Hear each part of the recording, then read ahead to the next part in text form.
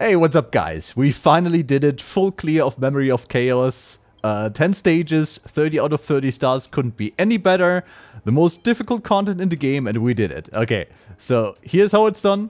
So key to victory for me was actually to ignore the recommended quantum type for the first battle. Instead, I'm using my Tingyuan combo to get rid of all of the ads.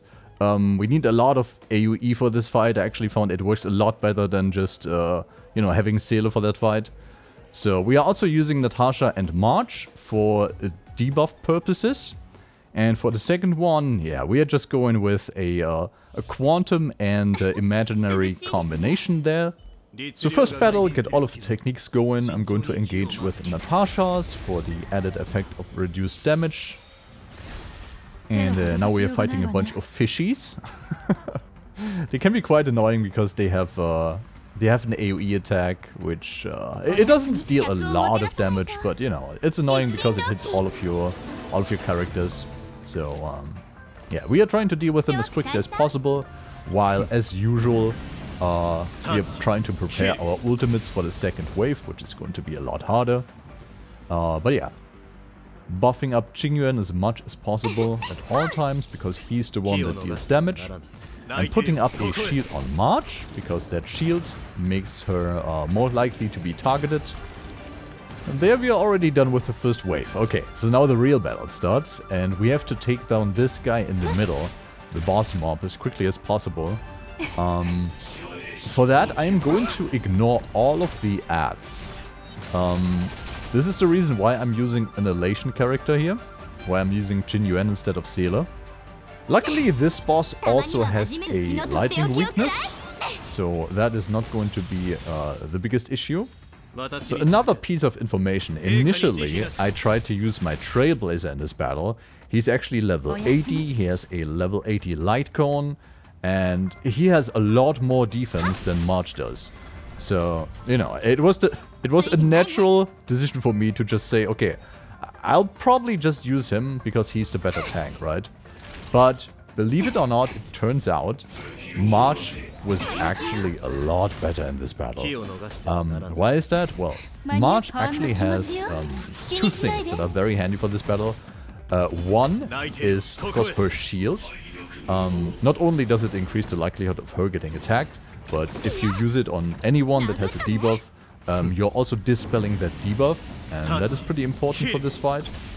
And also, what might be even more important for this one is actually her ultimate and her, basically her chance to freeze an enemy. With enemies like this, that are at such a huge level and they are so strong, any turn that you can take away from the enemy, be it by delaying the turn with, you know, an imaginary break or quantum break, or with a freeze like in this case, it is so valuable. Because, you know, if they can't attack you, well, you're not taking any damage. And then you get more opportunities to maybe fill up your skill points again, maybe do some, you know, some healing, some recovery. It is huge. One of the biggest problems that I had in previous cycles of the Memory of Chaos was that I only had one healer. We still somehow managed to get to stage 9 and stuff like that, with only Natasha by, you know, running comps like 2 preservation character comms and stuff like that, or like dealing enemy actions with freeze characters and stuff like that. But yeah, I just couldn't beat it entirely. It was just too hard with only one healer, and now I did have the luck to finally fix that problem.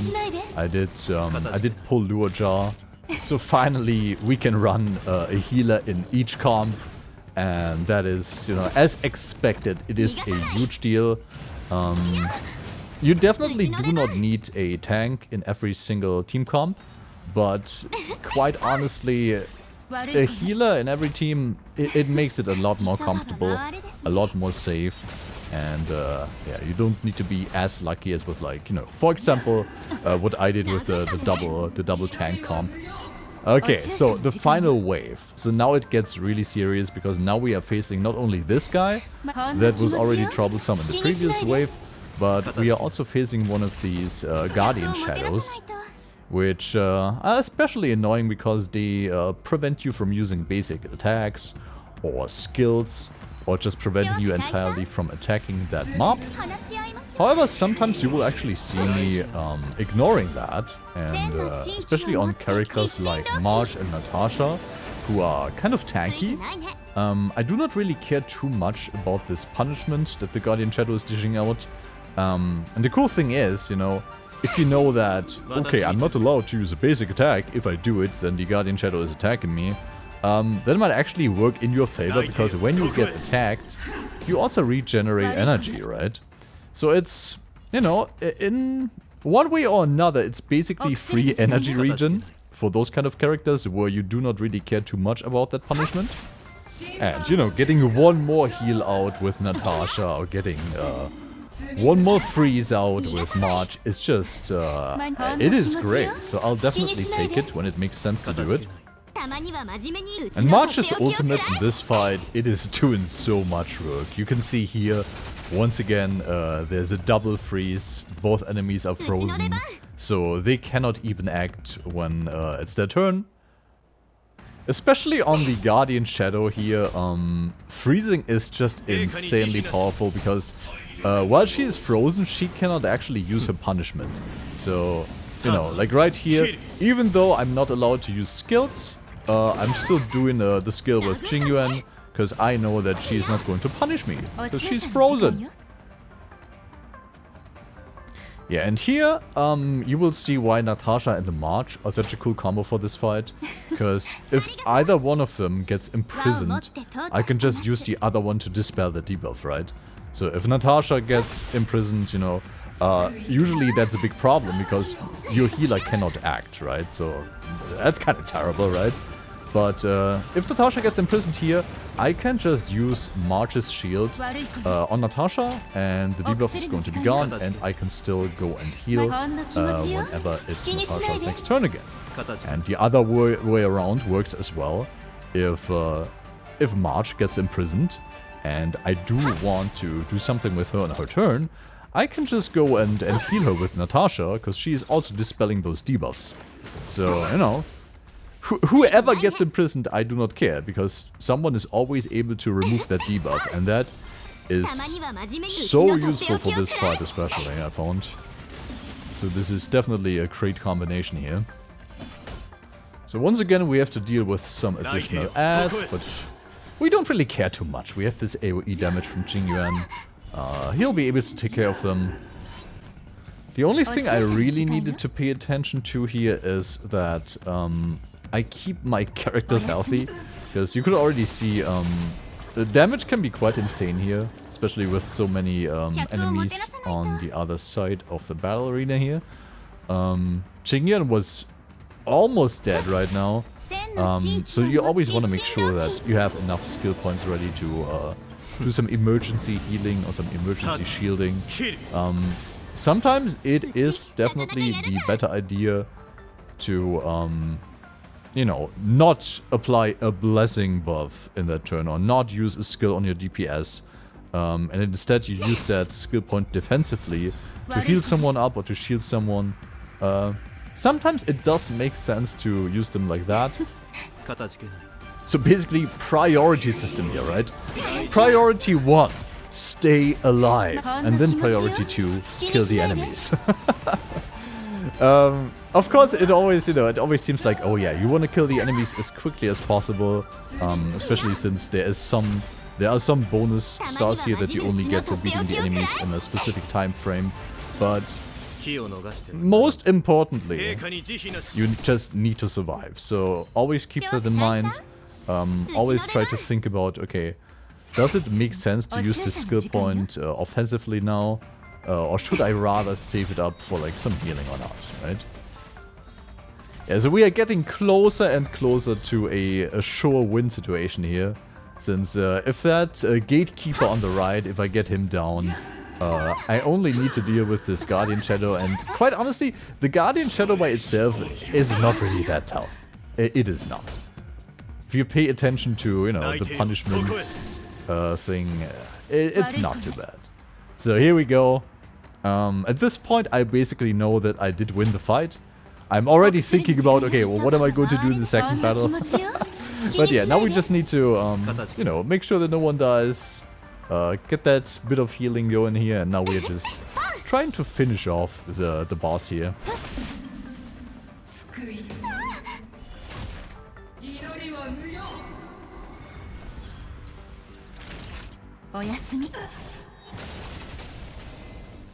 Yeah, right here I'm thinking about how to deal with her as quickly as possible, because of course I do want to save turns wherever I can, because I really wanted to go for these 3 stars. But yeah, there isn't really much more that I can do besides keeping Jingyuan buffed up and using his abilities. At this point I really do not need to pay too much attention to the defensive side on our team anymore. There's basically no way that we are losing at this point. Now I'm feeling a bit bad about my skill points. Because I do want to do damage, but we are at 5 skill points, so I'm capped right now. Which is why I decided to, let's just go for a heal instead, I guess.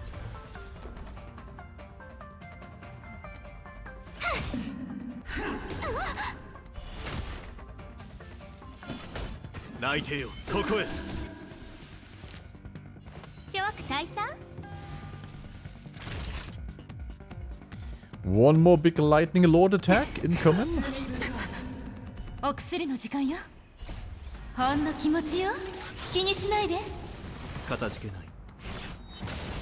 Boom. Oh, almost.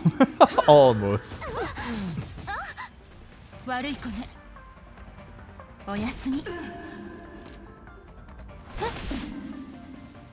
Damn it, dude. It's not gonna be enough, no. With the ultimate, maybe? Come on. No. No lucky crit, unfortunate. Okay, then. So we did finish with 29 turns remaining. That is pretty good. Second battle here. We are using Luocha's technique. We are using Vel's technique to slow her.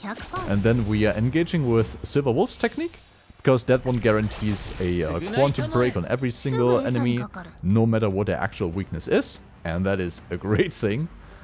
So, the second battle. As you can see, I did go for a comp without a tank here. Because Luocha's heal should be enough to keep this team going. I'm going for somewhat of a gamble here, because some of my characters are actually... actually, none of my characters here are tanky at all, but Luocha is such a strong abundance character that, you know, even with characters that are not that tanky, he might still be able to keep them alive. Yeah, important point about this comp is that most of the enemies are weak to imaginary, and we do have a mixed imaginary and quantum comp on our team. So 2 quantum characters, 2 imaginary characters. What that means is with Silver Wolf in my team, I can guarantee that she is going to apply a quantum weakness on the enemies. And that is going to be so useful, because it means that basically any character in my team is able to break the toughness gauge of the enemies. Especially on Kafka, who is going to be the final boss here. That is going to be very helpful. But okay, before we get to Kafka, let's deal with this guy first. So, got a bunch of ultimates ready here. So, I did use Silver Wolf's ultimate on the boss, of course. So, his defense is already decreased. What I definitely want to do here, also, by the way, a very powerful thing that Luocha has. Luocha's ultimate removes buffs from all enemies. That means that these Mara-struck enemies, that normally they can revive once, right? You have to keep in mind that revival thing is a buff on them. If you remove that buff, they are not going to revive. Which means that if I use Luocha's ultimate, he is going to remove all of these revival buffs from the enemies, and I will not have to kill them twice. So that is another, you know, very, very powerful thing about that character.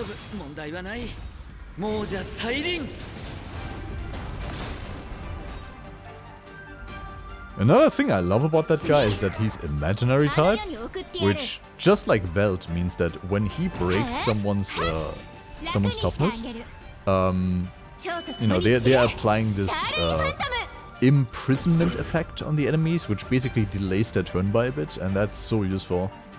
It's kind of similar to the quantum type. So basically this team, I do not really care too much about who I'm breaking the toughness with, because all of my characters have a very great break effect.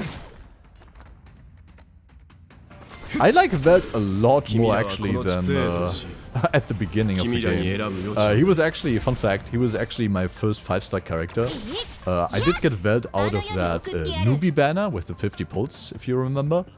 And initially I didn't like him too much, to be honest. Because he was kind of this jack of all trades kind of character. What I mean by that is that he was dealing some damage, right? But not a lot of damage. He was doing some debuffing, but nothing really insane, right? But only now, after I basically equipped him with, you know, a bunch of nice relics. Nothing too amazing. You will see later on, I will show you my character setup, but yeah, he's actually way better than I initially thought he would be. Especially against enemies like this with an imaginary weakness. Because the amount of turns that you get by delaying the turns from the enemy characters with all of the slows and you know, his ultimate and also the break-in of the imaginary type, it's so useful, man. You can see right here, dude. I keep using his slow and his ultimate, and he just keeps delaying the enemy's turns so much. He's almost dying here, but that's okay. We have Luo Cha, right? And even more imaginary damage. Hell yeah. So yeah, I have to think about what I do with Asela here, because she got dominated by Kafka.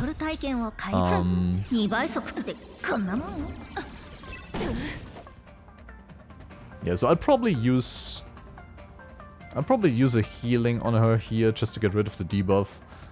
Obviously, I know she's full HP, so it feels like kind of a waste, but yeah, let's do it. Yeah, here's the dominated debuff.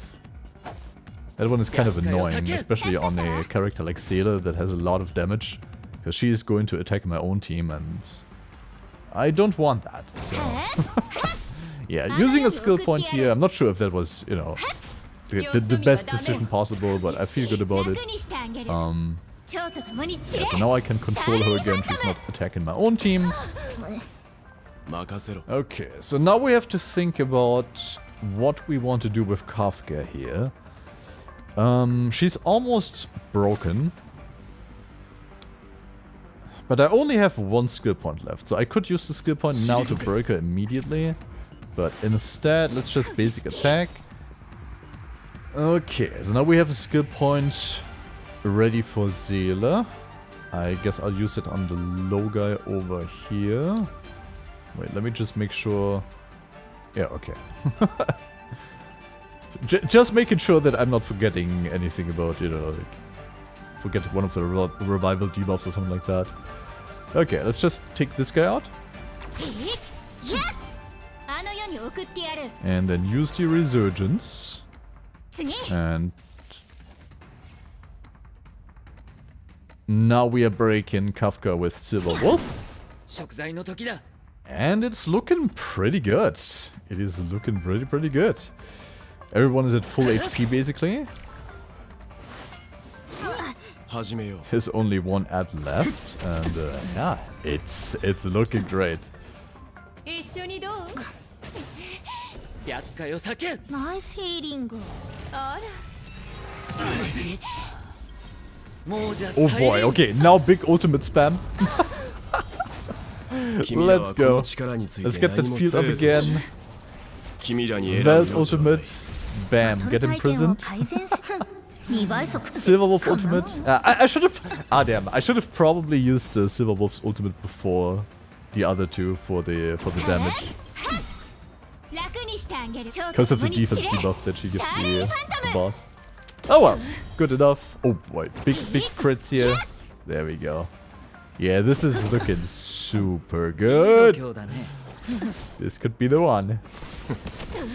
Break it again. Wow, that was a lot of damage from that there. Holy shit. Yeah, that's it. That's it. We're done, guys. So this is how I cleared Memory of Chaos in its entirety. All 10 stages, 30 out of 30 stars. Amazing. Okay, so let me show you guys my team setup, just in case anyone wonders. You know, what kind of insane pay-to-win light cones I have, right? And all maxed Eidolon characters, right? No, I don't, but... okay. So... Alrighty, so let's check out what kind of pay-to-win characters I'm using, right? What insane 5-star light cones I'm using. Nah, I'm kidding. I'm mostly free to play. I did purchase a bunch of express passes and battle passes, but that's basically all there is to it. And quite honestly, I don't think I will ever change that, because the game is very fun to me, but the game is fun because I have limited resources. And I need to work with what I have. And to me, that really is way more fun than having like all of these characters and light cones at, you know, their maximum Eidolons and super imposition levels. Because where's the challenge in that if you have all of these insane pay-to-win things, right? That's my opinion. Here, look. Veld is using a 3-star light cone. That's all he has. The traces are at level 6. Didn't even buy all of the traces.